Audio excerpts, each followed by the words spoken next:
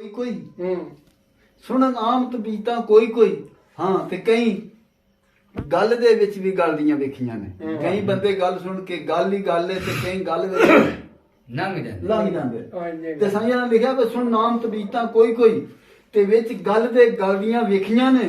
ਉਹ ਜ਼ਿੰਦਾ ਹੈਨ ਸਾਰੇ ਪਰ ਜ਼ਿੰਦਾ ਦਿਲ ਵਿਰਲੇ ਆਮ ਲਾਸ਼ਾਂ ਹੀ ਚੱਲਦੀਆਂ ਵੇਖੀਆਂ ਨੇ। ਉਹ ਇਸ ਠੰਡੇ ਜਲ ਦੇ ਬਹਿਰ ਤੂਫਾਨ ਅੰਦਰ ਮੈਂ ਤੇ ਅੱਗਾਂ ਹੀ ਬਾਲੀਆਂ ਵੇਖੀਆਂ ਨੇ। ਉਹ ਘਰ ਜ਼ਾਲਮਾਂ ਫਾਸਕਾਂ ਫਾਜਰਾਂ ਦੇ ਨੇਕ ਹਸਤੀਆਂ ਪਾਲਦੀਆਂ ਵੇਖੀਆਂ ਨੇ। ਉਹ ਤਾਜੂ ਟੁੱਟ ਕਈ ਕੀਮਤੀ ਜ਼ਰਾ ਯਾਰੋ ਤੇ ਵਿੱਚ ਖਾਕ ਦੇ ਰਲਦੀਆਂ ਵੇਖੀਆਂ ਨੇ। ਉਹ ਹਾਪੂ ਨਿਕਲ ਕਈ ਕੋਂਪਲਾਂ ਰੰਗ ਭਰੀਆਂ ਤੇ ਝੋਕਾਂ ਸਾਵੀਆਂ ਫਲਦੀਆਂ ਵੇਖੀਆਂ ਨੇ। ਉਹ ਕਈ ਜਾਗ ਸੁਹਾਗ ਨੂੰ ਤਰਸ ਰਹੀਆਂ ਰੋ ਰੋ ਅੱਖੀਆਂ ਮਲਦੀਆਂ ਵੇਖੀਆਂ ਨੇ। ਉਹ ਕਈਆਂ ਸੁੱਤੀਆਂ ਹੀ ਮਸਲ ਨਸੀਬ ਹੋਇਆ ਝਾਲ ਯਾਰ ਦੀ ਝਲਦੀਆਂ ਵੇਖੀਆਂ ਨੇ। ਉਹ ਡਿੱਠੇ ਬਸਤੀਆਂ ਵਿੱਚ ਨੇ ਵੈਰਾਨ ਖਾਨੇ ਘਰ ਬੜਾ ਵਸਦਾ ਹੋਵੇ ਤੇ ਅੱਲਾ ਦੇ ਕਰਮ ਨਾਲ ਹੀ ਬਾਤ ਹੁੰਦਾ ਹੈ ਜੀ। ਡਿੱਠੇ ਬਸਤੀਆਂ ਵਿੱਚ ਨੇ ਵੈਰਾਨ ਖਾਨੇ ਤੇ ਜੰਗਲੀ ਝੰਡੀਆਂ ਹਲਦੀਆਂ ਵੇਖੀਆਂ ਨੇ। ਤੇ ਰੋਣਾ ਉਮਰ ਤੇ ਸਾਈਂ ਸਰਦਾਰ ਆਇਆ ਉਹ ਜਦੋਂ ਖਿੱਤੀਆਂ ਢਾਲਦੀਆਂ ਵੇਖੀਆਂ ਜੀ।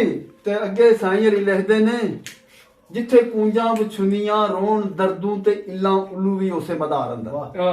ਜਿੱਥੇ ਕੂੰਜਾਂ ਵਿਛੁੰਨੀਆਂ ਰੋਣ ਦਰਦੂ ਇੱਲਾਂ ਉੱਲੂ ਵੀ ਉਸੇ ਮਦਾਰ ਅੰਦਰ। ਤੇ ਜਿੱਥੇ ਹਰਨ ਕਸਤੂਰੀ ਦੀ ਮਹਿਕ ਛੰਡੇ ਲੂੰਬੜ ਗਿੱਦੜ ਵੀ ਉਸੇ ਬਾਰ ਅੰਦਰ। ਤੇ ਜਿਸ ਕਾਬੇ ਵਿੱਚ ਪੜਨ ਨਮਾਜ਼ ਮੋਮਨ ਫਾਸਿਕ ਜਾਹਲ ਵੀ ਉਸੇ ਦਰਬਾਰ ਅੰਦਰ। ਉਹ ਸੌਦਾ ਨੀਤਾਂ ਨਾਲ ਸਰਦਾਰ ਮਿਲਦਾ ਬੜਾ ਫਰਕ ਹੁੰਦਾ ਫੁੱਲ ਹਾਰ ਅੰਦਰ। ਤੇ ਜਿਸ ਫੁੱਲ ਤੂੰ ਮੱਖੀਆਂ ਸ਼ਹਿਦ ਛਾਨਣ ਭੂੰਡ ਉੱਥੋਂ ਹੀ ਲੈ ਕੇ ਜ਼ਹਿਰ ਦੀ ਲੁੱਭ ਜਾਂਦਾ।